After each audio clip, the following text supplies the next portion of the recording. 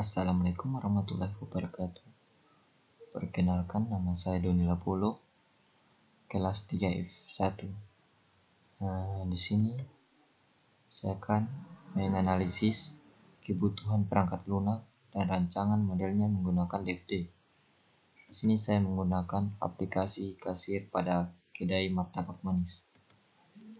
Analisis kebutuhan. Yang pertama, memahami persoalan.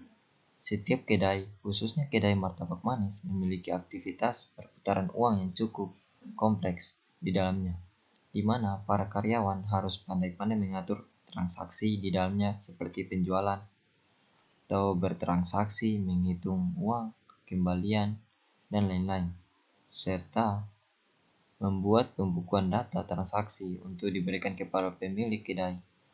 Untuk itu, pemilik kedai membutuhkan sebuah sistem yang dapat memudahkan pegawainya untuk mengerjakan hal-hal di atas, sehingga dapat menghemat waktu dan tidak membutuhkan jumlah pegawai yang banyak untuk menghandle semuanya. A. Siapa pemakai yang menggunakan perangkat lunak? Untuk user atau pengguna, yaitu pegawai kedai. Pegawai dalam hal ini bertindak sebagai administrator untuk menjalankan aplikasi ini. B. Di mana perangkat lunak digunakan? Perangkat lunak ini akan beroperasi atau digunakan di dalam kedai martabak manis. C. Pekerjaan apa saja dari pemakai yang akan dibantu oleh perangkat lunak? Menghitung jumlah pesanan, total harga, diskon yang didapat, uang kembalian, dan mencetak struk pembelian. D. Bagaimana mekanisme pelaksanaannya? Untuk mekanismenya, pelanggan akan memesan, kemudian pemilik kedai akan menginput data pesanan ke dalam software. Nantinya, data pesan seperti varian rasa, berapa banyak yang dibeli, dan jumlah uang yang diberikan akan diproses di dalam software. Kemudian akan ditampilkan detail pesanannya dan dicetak sebagai struk.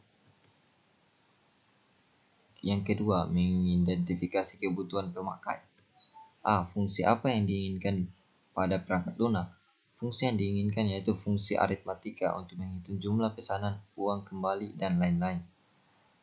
B. Data atau informasi apa saja yang akan diproses? Data yang akan diproses antara lain jenis varian, rasa yang dipesan, jumlah, total harga, diskon yang didapat, nominal pembayaran, dan uang kembalian. Yang ketiga, mendefinisikan kebutuhan perangkat lunak. Biasanya pemakai akan mengungkapkan apa yang diinginkan dengan bahasa sehari-hari yang biasa mereka gunakan, misalkan kebutuhan mengkalkulasi pesan martabak manis saya. Kebutuhan fungsionalnya yaitu entry dan rekam data transaksi, kemudian dikalkulasi menggunakan operator aritmatika. Kemudian kebutuhan antarmuka pemakai untuk memasukkan dan merekam data penjualan. Yang keempat, membuat dokumen spesifikasi kebutuhan perangkat lunak atau SKPL.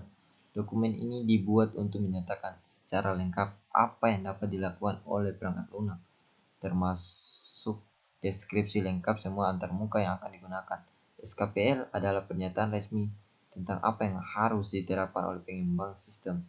SKPL harus mencangkup kebutuhan pengguna untuk suatu sistem dan spesifikasi terperinci dari kebutuhan sistem. Terkadang, kebutuhan pengguna dan sistem diintegrasikan ke dalam satu deskripsi. Dalam kasus ini, kebutuhan pengguna didefinisikan dalam pengantar spesifikasi kebutuhan sistem. Yang kelima, mengkaji ulang atau review kebutuhan. Mengkaji ulang atau validasi kebutuhan apakah SKPL sudah konsisten, lengkap, dan sesuai dengan yang diinginkan oleh pemakai. Apabila sudah sesuai dan tidak ada lagi penambahan atau perubahan, maka proyek perangkat lunak siap dikerjakan. Pemodelan DFD. A. DFD konteks. Di sini pelanggan akan menginput pesanan ke sistem, lalu sistem akan menghasilkan output list pesanan ke kedai. Kemudian ke kedai akan menginput total harga ke sistem. Lalu sistem menghasilkan output struk belanja ke pelanggan. Setelah itu sistem akan menghasilkan output laporan penjualan ke pemilik kedai. Yang B, DFD 0. Di sini pelanggan akan menginput pesanan ke dalam proses dan diproses di input makanan, dan datanya disimpan ke dalam data storage.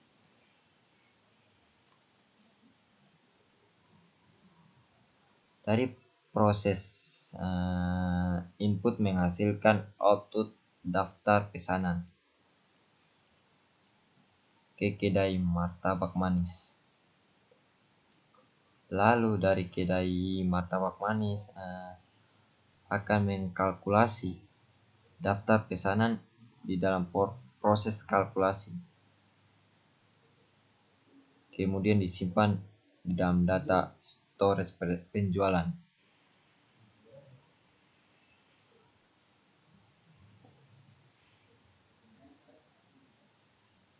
Lalu dari proses kalkulasi tadi menghasilkan output struk pembelian ke pelanggan.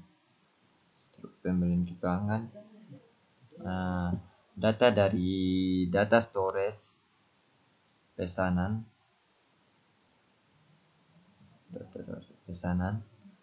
dan penjualan. Data dari pesanan dan penjualan diproses ke dalam proses rekap.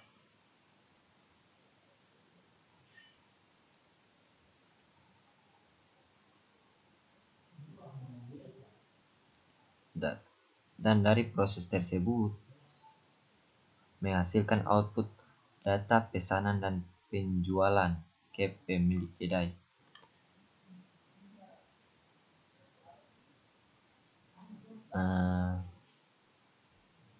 Sekian dari saya. Wabillahi taufik wal hidayah. Wassalamualaikum warahmatullahi wabarakatuh.